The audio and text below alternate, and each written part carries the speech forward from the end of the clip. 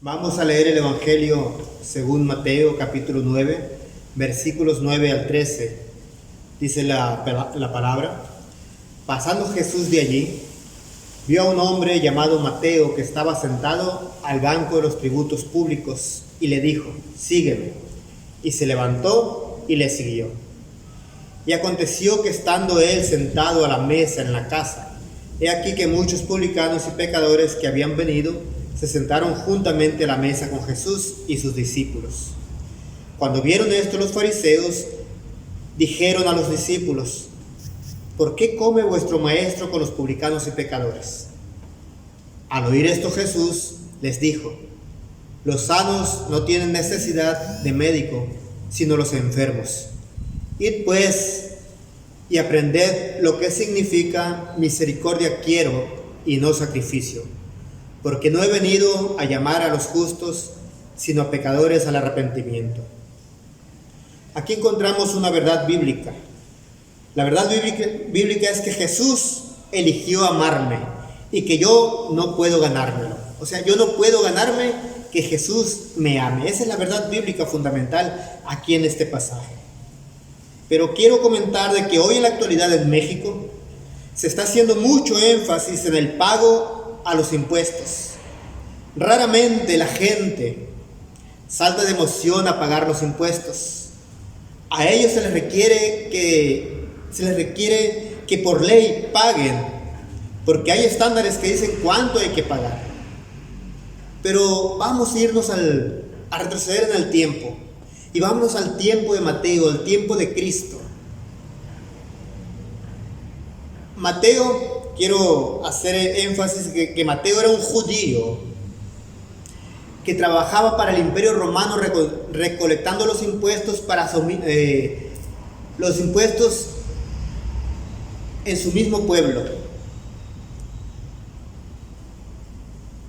Era un publicano, era un recaudador de impuestos, que comúnmente a ellos se les llamaba como traidores porque trabajaban para el Imperio Romano y el Imperio Romano estaba oprimiendo al pueblo de Israel. Y Mateo era israelita, era judío. Por esa razón era que a ellos se le llamaba traidores. Y no obstante, también cabe señalar que este Mateo tenía amigos publicanos también. Ese el círculo de amigos que tenía Mateo. Más allá de ellos no tenía amigos porque nadie podía ver a los publicanos. Cuando Jesús se acercó al banco de los tributos de Mateo, Jesús se dirige a él y le dice: sígueme. Dice la palabra donde leímos que Mateo se levantó y le siguió. ¿Qué podemos ver aquí? Podemos ver en Mateo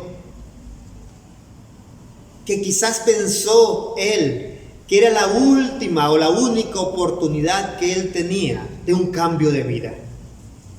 Nadie lo quería, nadie podía ver a Mateo porque era recaudador de impuestos. Ya quizás Mateo haya escuchado de Jesús que él se acercaba a los publicanos, que él llamaba a los pecadores. Y quizás Mateo dijo: es mi oportunidad. Por eso no dudó Mateo. No dudó de levantarse y dejar ahí el banco de los tributos o la mesa de los tributos y seguir a Jesús. A Mateo no le importó de que el Imperio Romano tomara represalias contra él, porque recordemos que trabajaba con el Imperio Romano. Bien pudieron haber acusado a Mateo de traición al Imperio Romano, y a Mateo no le importó eso. Entonces, cuando Mateo invita a Jesús a su casa, a esa cena que él hizo, Jesús llevó a sus discípulos consigo. Pero Mateo invitó a sus amigos, los recaudadores de impuestos. Entonces, cuando los fariseos ven que Jesús entra a la casa de Mateo, y no solamente eso que entra, sino que convive en una fiesta con puros publicanos y pecadores, porque así le decían los fariseos, publicanos y pecadores, precisamente porque trabajaban para el Imperio Romano. Ellos, los fariseos, se escandalizan porque Jesús comía con los publicanos y los pecadores. Y entonces hacen la pregunta a los discípulos: ¿por qué vuestro maestro come con publicanos y pecadores? Jesús les responde que Él no había venido a llamar a justos, sino a pecadores. Es decir, Él no había venido a llamar a aquellos que se sentían que no tenían ninguna necesidad, aquellos que se sentían que estaban completamente sanos. Jesús les dijo que Él había venido a los que se sentían enfermos, porque Él venía a sanarlos. Había llamado a los pecadores al arrepentimiento. Y es precisamente lo que Jesús les responde a los fariseos. Pero ¿qué buscó Jesús en Mateo? Jesús buscó en Mateo sanar sus heridas, sanar sus dolencias, sanar su vida espiritual. Pero primeramente hay que recalcar aquí que Mateo no buscó a Jesús. Jesús se encontró con Mateo donde él estaba. Mateo no se ganó esta posición escogida. Jesús escogió a Mateo. Y de la misma manera, Jesús nos ha escogido a nosotros. Jesús nos ha dado la oportunidad como se la dio a Mateo. Pero hoy quiero hacer énfasis en esto: que el amor de Jesús cambió a Mateo. Ese amor nos cambia a ti y a mí hoy, en este tiempo. Y entonces, quiero decirles, padres de familia,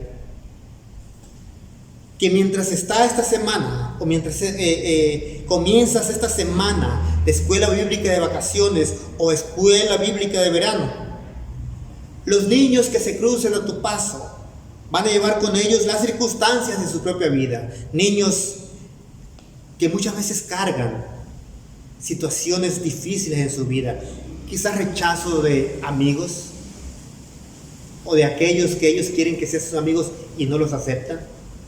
Quizás rechazo de los maestros, quizás rechazo de la misma familia, o quizás de los mismos papás, que muchas veces no nos damos cuenta cómo maltratamos a nuestros hijos. Entonces, hoy es la oportunidad de decirle a esos niños que hay alguien que les ama, que se llama Jesucristo.